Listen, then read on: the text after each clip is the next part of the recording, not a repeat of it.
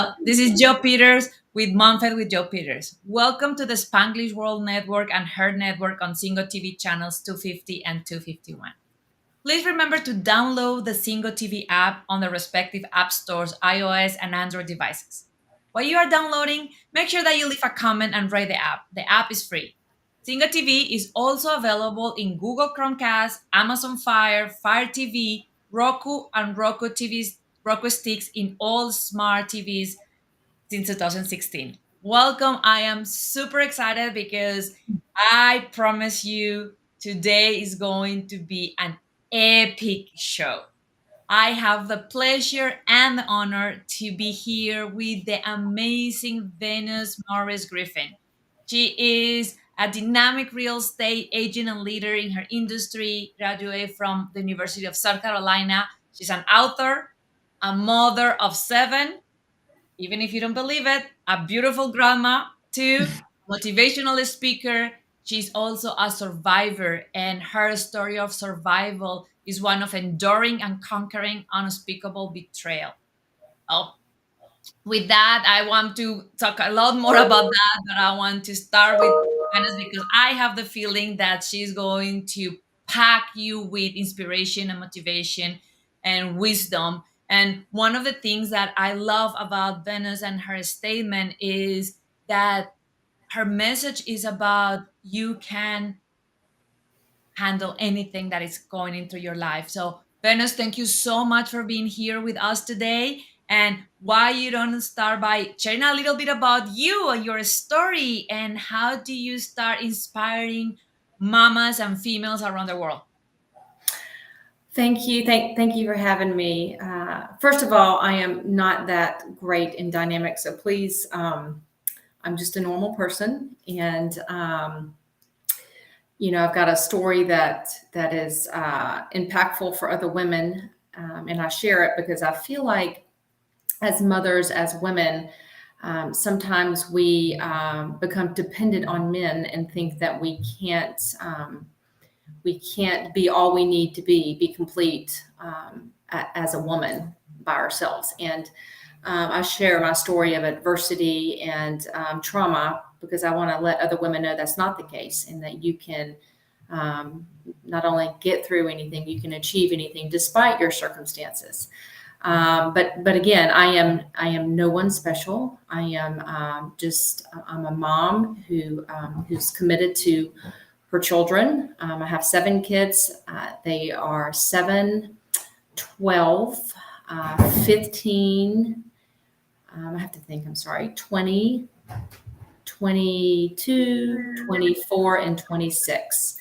And I am a graduate of the University of South Carolina and met my college sweetheart and married him at 21 years old. And we were married 20 years. And I got a call in the middle of the night, and it was from a prostitute who had been blackmailing him. And I met with her, and over the next 6 months, the unimaginable happened. I went from being a stay-at-home mom of 6 children, and some other things came out that my husband, the prostitution is not why he went to prison, but some other things came out that my husband had done, and he was tried and convicted and sentenced to 45 years in prison. So I was a mom of 6 children at the time, and I was nursing my baby. He was 1. So I had a 1-year-old, a 3-year-old, a 7, 9, 11, and 15-year-old. Somewhere I get ages kind of mixed up because I have so many kids. But from 1-year-old to 15-year-old, I became a single mom. I lived in a 2-bedroom house. I was hundreds of thousands of dollars in debt. I had no idea how I was going to meet their basic emotional or financial needs. And I just got my real estate license, and I have a wonderful family, but I share my family is not of means. They are, I say this with respect. A lot of them, most of them live in trailers. And when you don't have money, you can't help people that need financial help. and they were hours away. So I started my journey as a single mom of 6 kids, newly with my real estate license, and had to figure out real quick how to step up to the plate, um, and that's where my journey starts. So Yeah, wow. And that is why I think that is so impactful what you are doing, because that is something that not a lot of moms think about, especially you being the mom of a baby that was still nursing. That is something that I don't think any of us even have as a remote option in our mind. And yeah, then that the reality is things happen, one phone call and then your life changed. And that is why I love your message about when life beats you down as a mom, you have to keep going. So one of the things that I want to go deeper into that story, Venice, is how was that journey of you going through all that, but knowing that you had to keep going because you have six beautiful babies depending on you now completely. So, how was that? And I want to also invite you to tell our mamas, mom to bees, and new moms that are maybe facing something like that, because there is probably, and you can tell me this with experience, I don't think that will be a lot more scary things that us with a baby or being pregnant, realizing that the person that we were supposed to raise our kids with, the person that were supposed to be our support, then for any reason is not there anymore. So why we don't talk a little bit about that and how you can give them yeah. some hopes and hope on if any of them are dealing with something similar. So the first thing about my story that is a little different from most is, and people didn't know this until my husband went to prison, but my husband could not have children. So our 6 children were conceived from a donor.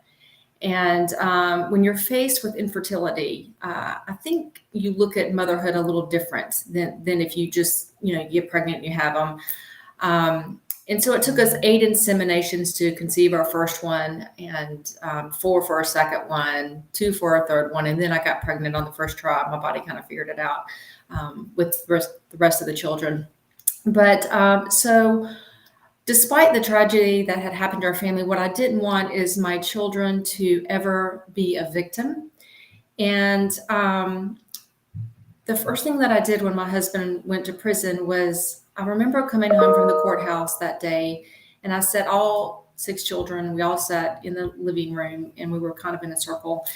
And I told them, I said, the first thing that we're going to do as a family, I said, we're going to forgive your dad, because that's where the healing starts. That's you can't be complete. You can't have this dynamic family if you've got hostility in your heart.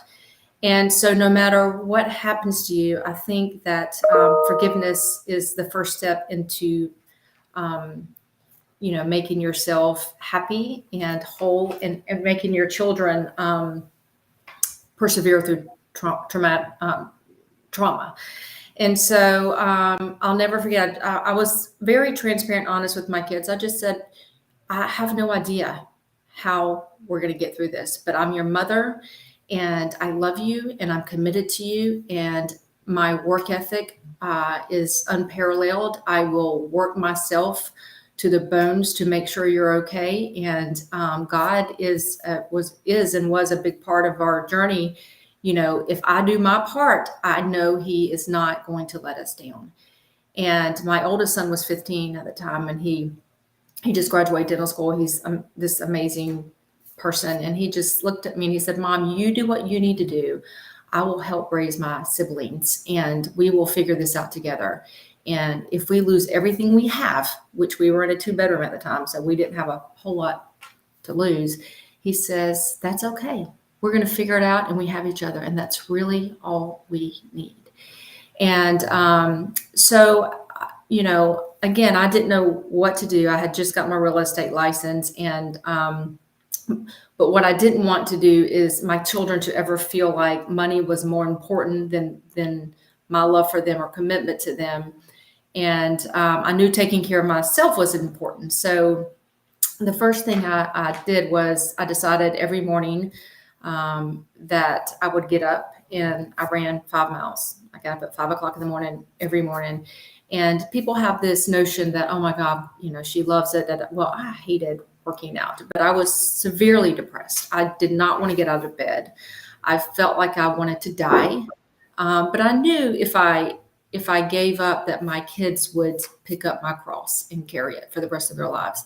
And so I didn't know what to do, but I just my son said, "Mom, if you research every day the field that you want to succeed in, research shows in 3 years you'll be an expert." So I literally got up every morning, ran 5 miles because I didn't want to take antidepressants if I could, you know, beat the depression naturally.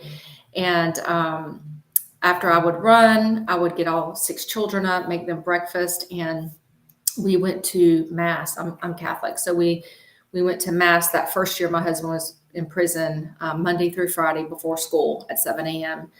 And the kids didn't like that either. But again, I knew that I needed help. That I could not do this alone. And no one is a superhero where everyone gets somewhere with the help of their faith or loved ones, and I didn't have people to help me, so I leaned on my faith heavily. And I just remember I'd go to mass, and say out of the 6 days we went every week, I might get something one day out of it, and I couldn't stand it the other 5 days. But that one day I got enough strength and wisdom to give me hope to continue on, because it was so scary. And I didn't know anyone in the community really. I was a stay-at-home mom. I came from a poor family, and I'll never forget, my divorce attorney said to me, Venus, everybody's getting out of this real estate business. You need to get a real job. In case you don't know it, you don't get child support from prison. And I remember looking at him and saying, you know what, I'm okay getting a real job, but first I want to try, because you don't know what I've come from.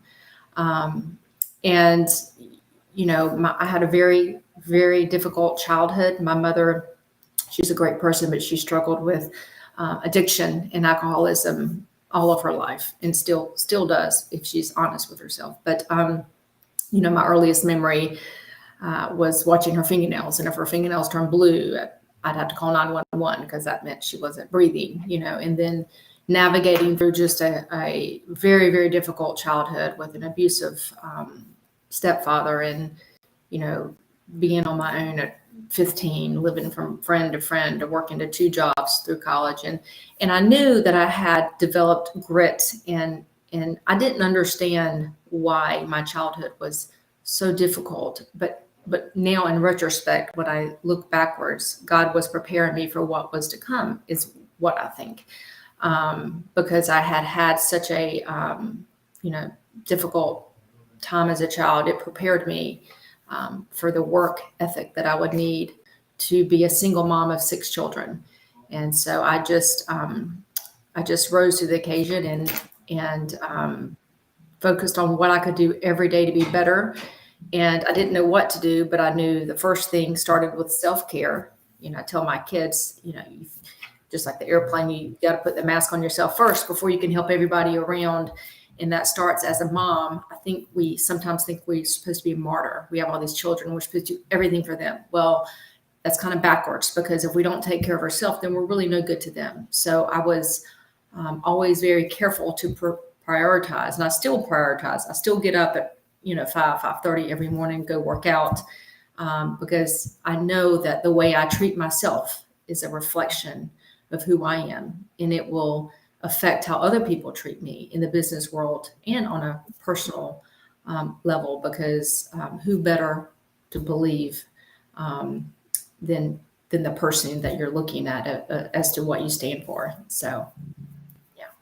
I love that. Thank you for sharing so much, and thank you for being so open and vulnerable to share the entire story, because one of the things that moms face, new moms and my audience face, is that normally we only see the end of the picture, right? We Yeah, see Venus happy with her beautiful kids and grandkids, being super successful. And unfortunately, a lot of moms start putting pressure on them because they are comparing, like I always say, they compare their own whole yeah. iceberg with the top of the iceberg of everybody else. So thank you for allowing the audience, over 300,000 people that are watching us, to actually know that, yeah, you can have that end, but there is 99% of the time there is a journey to take you there. Thank you for sharing that. One of the things that I love about what you said, because I know that self-care is one of your pillars, a lot of things I love. The first one is that you said, I hate getting up and working out. I But then hate it. I love it, because then that is another taboo that we had, that is Life is that hard, and I tell my kids this all the time. Jesus died on the cross. And why do we think our life is supposed to be so easy? I think if you embrace that, it's okay that you're gonna have peaks and valleys, and life is going to be hard. And it's the hardness is just a temporary state. You're going to push through it. You're going to get through it. If you embrace that, it's okay that it's hard, and that there's nothing wrong with you because it's hard. As long as you're doing your best, even if you feel like you're failing, you're really not failing, because what you're doing is you're figuring out the right path for you. And I think when you're gentle on yourself, and say, okay, this sucks. Right now, for example, people still think I have it all figured out. I remarried about a year and a half after my husband went to prison, to a very great man, and we just got divorced. And we had a seventh child together. And because I was the primary breadwinner and made most of the income, I had to drain my retirement account to pay him. And I could look at that as, that's so not fair. And I'm so angry at him and I'm so bitter. But what I look at is, this is a good man. We have a child together. I have the money in my account to give him, and I'm going to preserve and have a great friendship with this man that I loved and still love, and raise our child together. So you can look at the glass as half full or half empty, because occasionally, as the market transitions, and the housing market is predicted to have another crash, and I look at my account, I'm like, okay, I've worked all this time and I have no money in my retirement account. I could let my mind drift to a bad place. And but again, what I choose to do is focus on the good stuff that I got out of my second marriage, and that I was able to do that. And focus on what God has given me, not what I have lost, because you're going to peaks and valleys your whole life. And I just remind myself, when I get in that little valley, that, I'm coming up to another peak. And it's all in your mindset, and what you say to yourself, the tape that you say to yourself. But it's still not easy. I was signing a contract last night. I got home from work at 6:30, fixed everyone dinner. My kids, it's fall break, so they all have friends over. I got 15 people. Well, I sneak out at 8:30 after I get them settled, and I go to someone's house to sign a contract, and I get home at 10 o'clock. Well, that's not really ideal, but I'm like, okay, the market's slow. This is a opportunity for me. I'm so grateful that I have this business, and it didn't take away from my family to do it. So it's, as a mom, you have to just be flexible, and take every moment as they come. And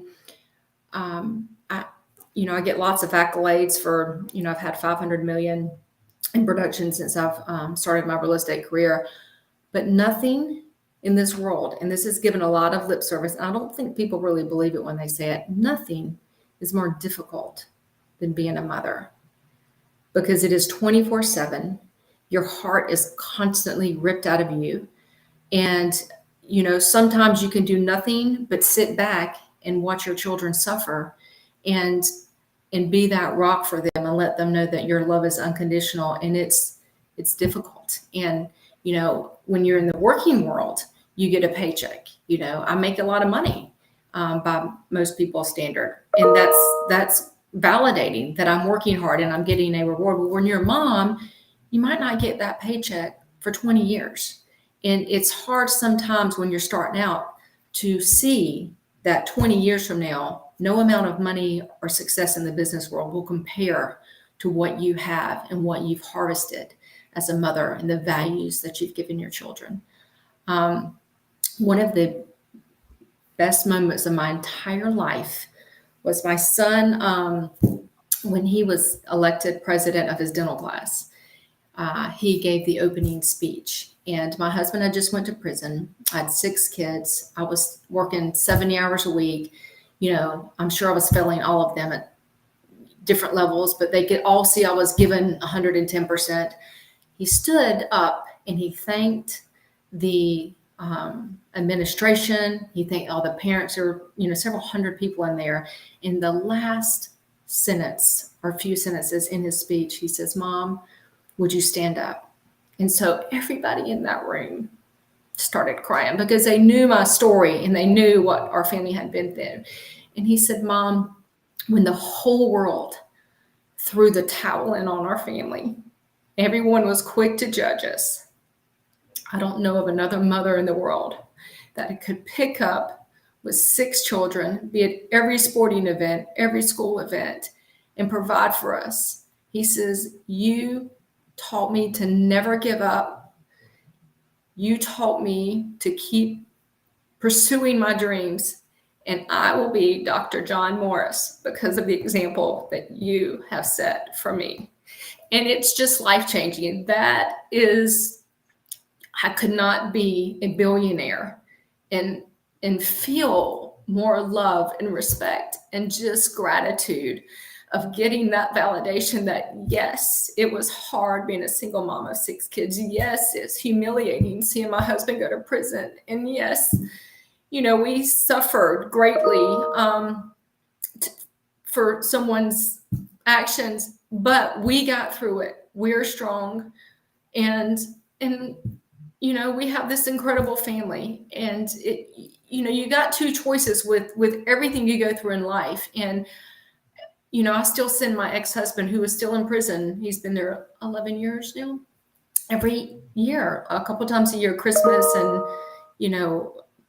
whenever, I'll send him a 6-8 page letter, and I'll have pictures of all the children. I tell them updates on what they're doing, who they're dating, school. And, my friends are like, "Venus, are you crazy? Like, do you not remember what this guy did?" And I said, "You know what? I just treat him like I would want someone to have the grace to treat me if I had really screwed my life up.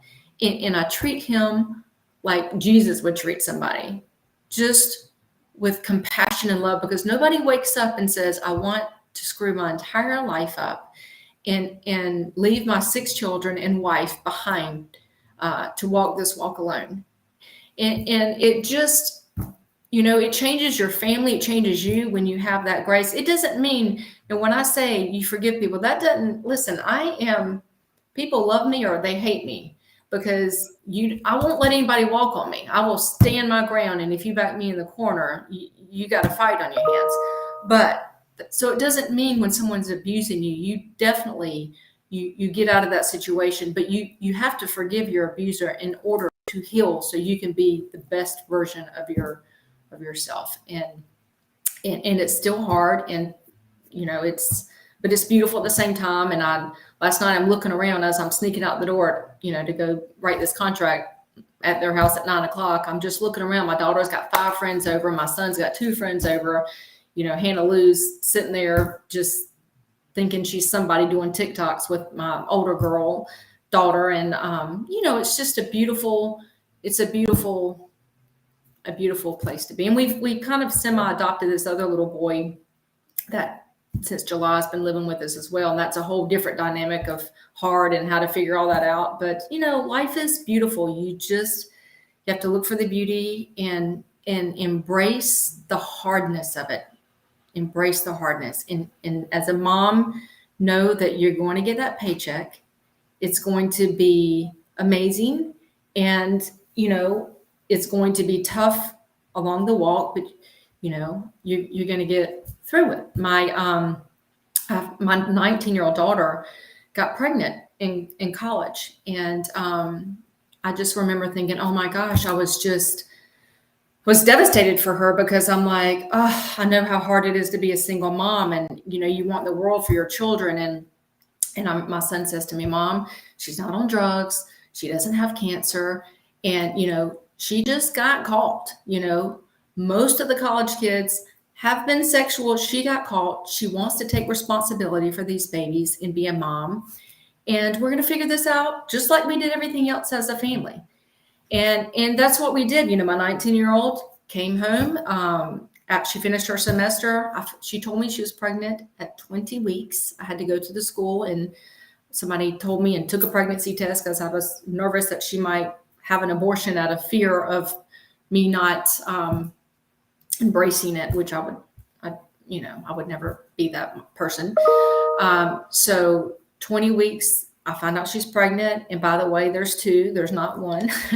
So she comes home in July and has the babies on her vacation. Her water broke and goes back to school in August. She finishes her accounting degree in 4 years.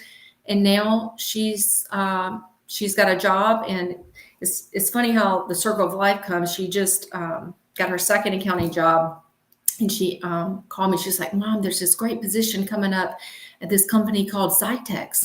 I'm like, Julia, like, that's where I bought all of your sperm from. I said, well, when you interview, you tell them not only are you a single mom and like a boss lady, you tell them that you have an advantage because you used to swim in the tank back in the back room. so, so she got the job, and it's just a beautiful thing. She's got, her daughters are 5 years old. It's really hard on her, because she sees how difficult it is to be a single mom, and but she's doing it, and she's doing it beautifully, and there's no I right or love wrong way. Yeah, I love that because I several things that I want to point out of your beautiful thing. The first one from what we were talking before is I love how you find a way to find the support, because that is one of the things that some moms struggle is like, oh, but I don't have friends, but I don't have family close by. And then open the possibilities to things like rely in church, rely on some of those other communities that are there, that if you don't have family and friends together, that doesn't mean that you have to do it alone. That doesn't mean that you have to struggle. So thank you for sharing that, and give these mamas that maybe are having a challenging time. I don't know how many of my moms are saying like, hey, I am by myself in an abusive situation, but I am in the other side of the country from my family and friends. And that nugget of golden nugget that you said is so powerful, because you are never alone. And then Yeah, it's okay to ask for help and say, okay, my ideal help will be my family and friends. Yeah, that will be our ideal help for all of us. But if that is not available, how else I can have that help? How else I can have that support that I am desperate to have? And the other beautiful thing that I want to point out with you is how you are actually thinking and showing everybody that, remind everybody that when we are in the middle of the storm, we don't see very clearly. It's almost like if you are in the middle of the storm, you don't see. But something that you said made me think about the concept of the dots connect backwards always. And it's sometimes we are in the middle of something really, really hard, really, really strong, and we are in our knees, breaking hard, thinking, what is going on? And I love how you said, my childhood trauma was actually a gift to prepare me to have the grit and the strength to actually fight for my family and my children. And that is a good reminder on those dark moments, because it's very easy to start going into that spiral down of hopeless, and yeah, finding that hope and finding that trust that everything that we are doing is preparing us for what is coming. I was actually working with a client yesterday, and she was like, this is really hard. And then she was almost like frustrated about this being really hard. And I just look at her and I said like, can you tell me one thing that was new for you in your entire life that was not hard at the beginning? yeah, And then she just started thinking, and we're like, even your kids when they were walking, like, do you remember how it was for your babies when they yeah. start walking? how Yeah. exhausting was. And I think that that is the message that you are giving is not because it's hard means that it's going to be hard forever, and Yeah. not because it's hard that means that you should give up. Is how you find that strength within yourself. So I want to ask you a question there for moms to be and moms. What are some maybe two or three of your tips on finding the space for self-care and deal with that society pressure of mama guilt of putting their oxygen mask first, like you were saying before? So I think for me, it is having, you want to have that balance of being a good mom, yet taking care of yourself. And sometimes people say to me, I just can't do it all. But the reality is you can, and I'm proof of it. But what you have to do is you have to develop discipline in your life. And that is what's going to give you the balance because, I work out 5 mornings a week still. I lift weights because I'm 50 now and I want to, try to, take care of myself. So I have that mommy guilt if I go work out at 5 o'clock in the afternoon when my kids are home playing and I'm not there. Well, that's not the right time for me to do that because, you know, I want to be with them. I want to hear about their day. I want to see who they're with. I want to go to their sporting events. So for me to get that mommy time and to take care of myself, that means I have to get up at 5 o'clock every morning. And so I get up at 5 and I get to the gym between 5:30 and 6, and I work out for an hour to an hour and a half. And I come home and I'm like dancing around in the bathroom because I've got those endorphins going. And it just changes your day. And I make myself go to bed, because sleep, I know a lot of people say you don't sleep if you want to be, well, I think you need at least 7 hours sleep. So I make myself try to be in bed by 10 o'clock. And so 10 o'clock to 5 o'clock, I'm sleeping. And then 5 o'clock to 7 o'clock, that's my time every day. And it will change who you are. And it is still hard. This morning, actually, I have to be honest, I didn't get up at 5 because my kids are on fall break and I was up till midnight with everyone. So, I mean, it doesn't have to be like every single day. I mean, I'll work out Saturday instead of, since I didn't work out today or whatever. But, committing to making yourself a priority and knowing like when that alarm goes off and you don't want to get out of the bed, just making yourself do it. And once you get there, it's like, when I leave there, I feel like I'm got a cape on my back. I can do anything because you've done the right thing. You've gotten through the hard part, and it's just making yourself a priority. But you got to discipline yourself. And I want to ask you a question because I have my own answer, and I'm 99% sure that you're going to answer the same. But I'm going to ask you is those days that you did not want to get up with the alarm and you did it. How many of those times when you were in the gym working out, you were like, oh, I regret that I woke up. I should just literally get out of bed, stay in bed. Hardly ever. Hardly ever. I will tell you, on a really bad day, I will be in the gym and my kids have probably heard me swear a handful of times in their life. In my mind, I'll be like, I hate this. I'll say bad things. But on a rare occasion, I will still hate it when I'm in the gym. But 99% of the time, I am so grateful that I made the decision, and your whole day changes. So, yeah. And I ask you that because I with my mom I have like this 5 minute rule that I invite them to do. I say, hey, even if you don't want to do it, even if you don't want to go for a walk, even if you want to go for the run, even if you don't want to go to the gym or do Zumba, do it for 5 minutes. And if Yeah. after 5 minutes you still are like, oh, I hate this, I want to stop, then you may stop. But 99% of the time, after 5 minutes, what you were saying, the endorphins, everything in your bodies, you're like, no, I'm not going to stop. This is good. This is not as bad as I thought. Well, this is kind of bad, and I probably shouldn't say this on the show because I probably shouldn't, but I have no filter sometimes. I have a girlfriend, and she's married. She's happily married, but she's like, Venus, like, I don't even want to have sex because it's just like I'm worn out. I'm a mom. Da, da. And I told her, I said, you know what?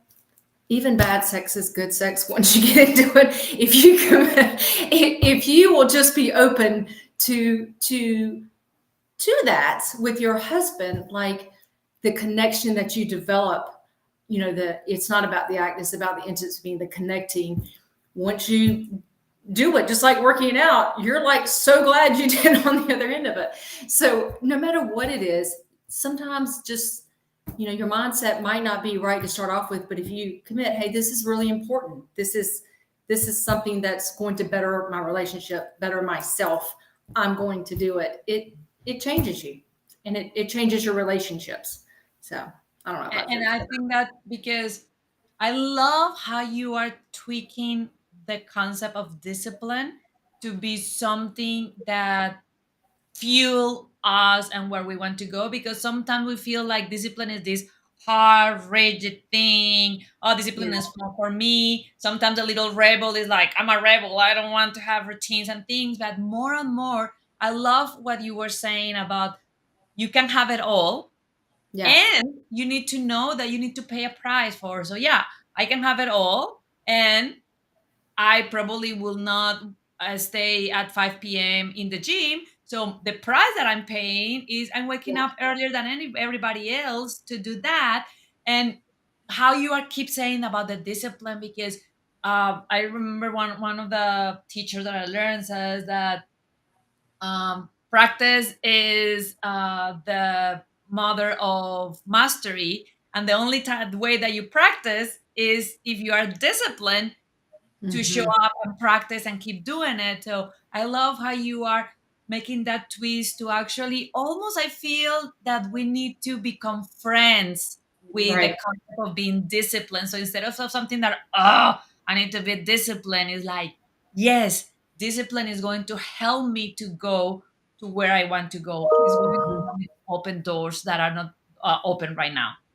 Well, even eating, I always eat dessert when I go out to dinner.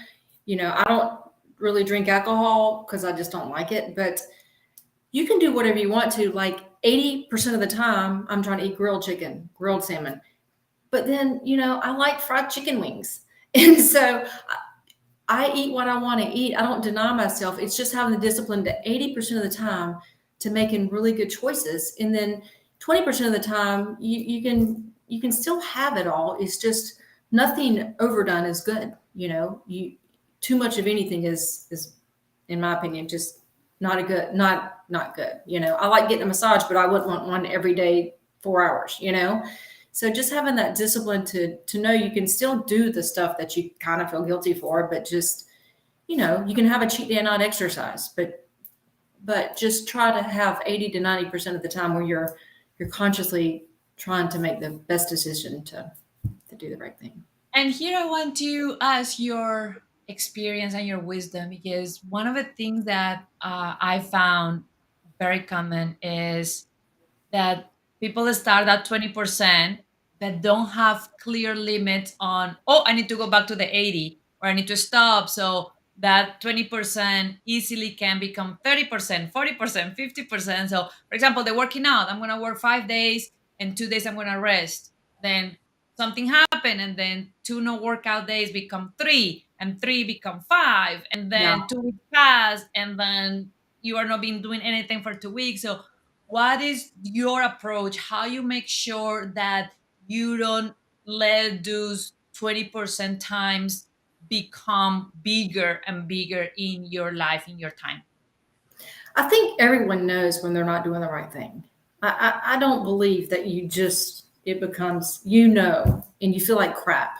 And that's how you know. When you feel like crap, you're not doing the right thing. Your mood will be different. Your outlook will be different. Everything is more doom and gloom versus, oh my gosh, this is a beautiful life. And last night I was sitting on my, I did an amazing pool and outdoor kitchen area. We've got like a little living room out there.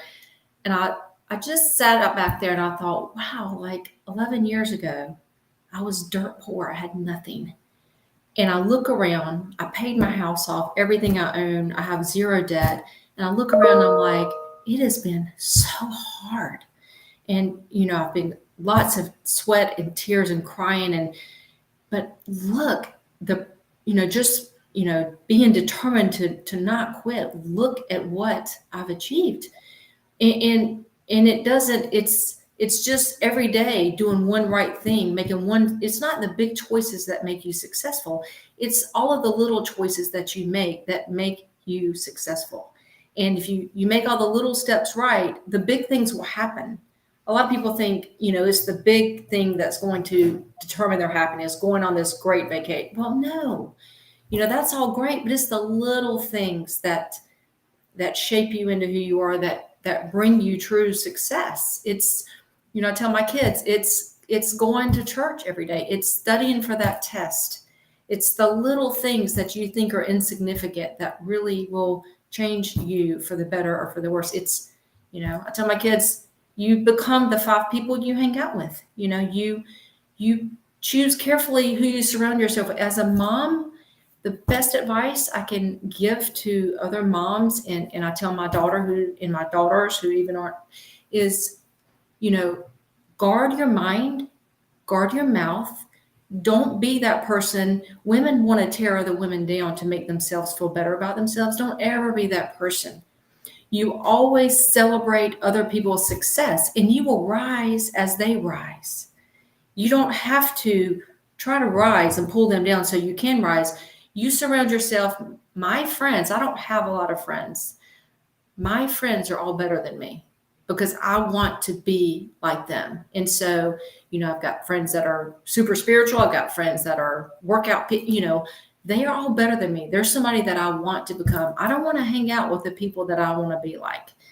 So surround yourself with people that are going to lift you up, and don't listen. As I've gotten, 100,000 plus people followed me on my social media, comments are 99.9% amazing. And then I'll get this awful comment, this hater that says, I don't even know I've never met. And you have to know that as you rise to the top, people aren't going to be comfortable with that. They're not going to like that. And you need to be okay with people not liking you. You need to not worry yourself with what people say about you. As long as you're doing your best, knowing that you're going to fail, and that's okay. But as long as you're doing your best, you can't do any better, then you're going to find a peace within yourself that nobody can take from you. So. I love that, Venice. And we're getting close to the end of the show, and I still want to talk so much with you. You are such an inspiration, and I love how you are allowing possibility. Because one of the things that we start the show with is being a mom is, I agree with you, the hardest thing. Like, I also work in Fortune 100 companies, and nothing compares to my experience as a mom. And it's beautiful to have other moms sharing that raw, vulnerable place of life is going to give you curveballs, and this is how you can keep going. This is how you can. I love how you say about the average 5 people, you become that average 5 people. And I Mhm. love how you take it to the next level. And is you are not only the average of the 5 people that you spend more time with, but the closest people to you need to be people that inspire you and that you admire to keep you in that pulling. Actually, you made me remember, I hear somebody saying a month ago or so, like, if you're in a room full of people and you are the smartest person in the room, you are in the wrong place. And if you get to the point that you are the top person in the room, there is something that you need to review about your own goals and an opportunity to serve. Yeah. So as we get closing, with all your wisdom and experience as a child, with your childhood, and then going over everything that you did in life, if a mom to be, a pregnant mom or a new mom, are right now facing life changing situations like losing their partner, like infertility, how they can keep going, how they can find some of that grit and some of that strength that you are transpiring in every pore of your body. So I would tell that mom, first of all, to never, ever look at other moms or women and compare themselves. Because what we do as women is we think everybody else has it figured out and that we are doing everything wrong because we see our darkest and greatest moments and we tend to focus on what we're not doing right. And we look at everyone else and we see only the picture they've painted of themselves. And we think they've got it all figured out, that Venus has it all figured out. I am quick to tell everyone I am so flawed and not perfect, but I just do my best every day. And when you stop comparing yourself to other people, then I think you give yourself a grace and a happiness comes to yourself. And I would tell them to guard their mind from negativity.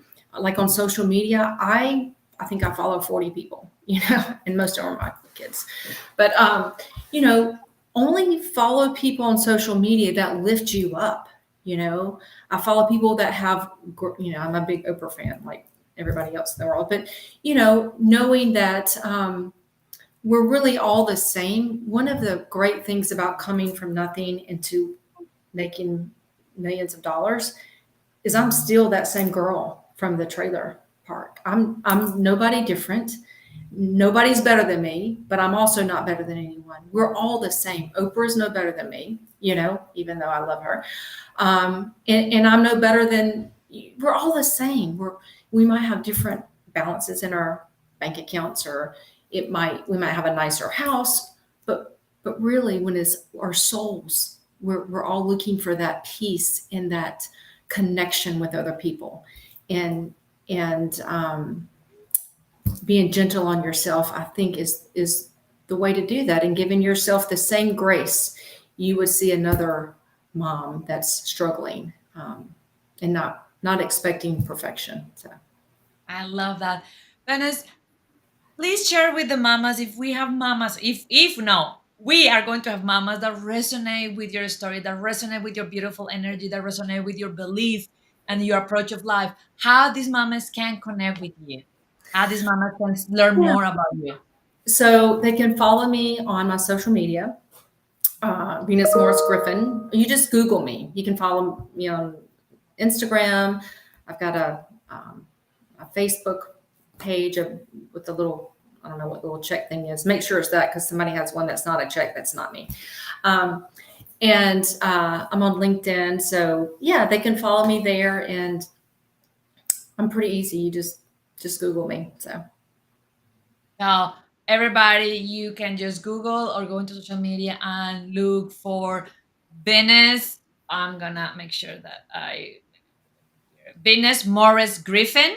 yeah, And you are going to, as soon as you Google, you're going to see a picture of this beautiful blonde lady, and go and follow her, because let's make her one of those 5 people that you are surrounded of. If you follow her in social media, you're going to see her content, her inspiration, her way of doing life. And I love, Venice, that you took time from your business and your family to share with other mamas and be that beacon of light.